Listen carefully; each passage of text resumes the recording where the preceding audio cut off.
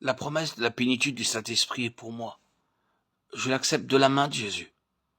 Vous ne pouvez pas la comprendre, vous pouvez ne pas éprouver ce que vous aimeriez éprouver. Vous pouvez vous sentir faible et pécheur et éloigné de Jésus.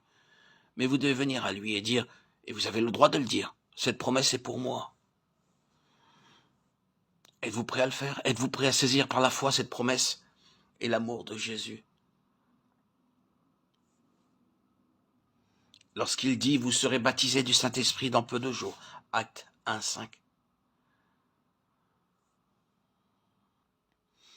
Je suis sûr qu'il y a de nombreux croyants qui luttent pour trouver ce qui leur manque, qui se sont donnés à Jésus entièrement et de tout leur cœur, qui l'aiment vraiment et qui ont cherché à s'humilier dans la poussière.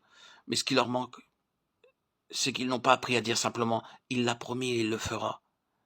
Permettez-moi de vous dire, pour vous encourager, que lorsque vous avez une promesse de Dieu, elle est valable autant qu'un accomplissement. Une promesse vous met en contact direct avec Dieu. Honorez-le en croyant à sa promesse et en lui obéissant.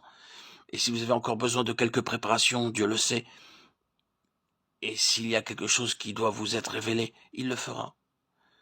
Si vous comptez sur lui pour le faire. Croyez en sa promesse et dites, cette plénitude du Saint-Esprit est pour moi.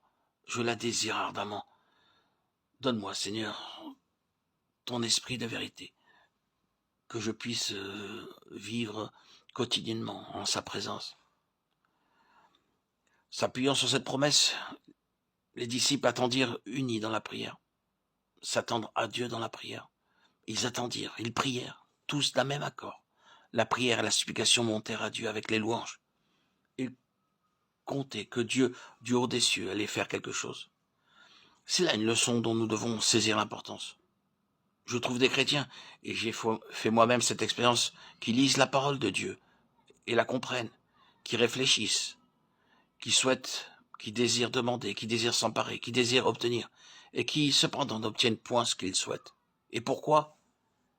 Parce qu'ils n'attendent pas que Dieu le leur donne. Ne considérez pas ce que vous pensez ou comprenez. Regardez à Dieu et comptez sur lui. Ce n'est pas assez de croire. Je rencontre beaucoup de gens qui confondent la foi avec la bénédiction que l'on obtient par la foi. Par la foi, je suis héritier des promesses. Oh, croyez Dieu et confiez-vous en lui, puis regardez à lui pour obtenir la bénédiction. Soyez remplis du Saint-Esprit. Demandez le Saint-Esprit et vous en serez comblés. C'est une joie qui n'est pas de ce monde. Une joie divine, une joie céleste.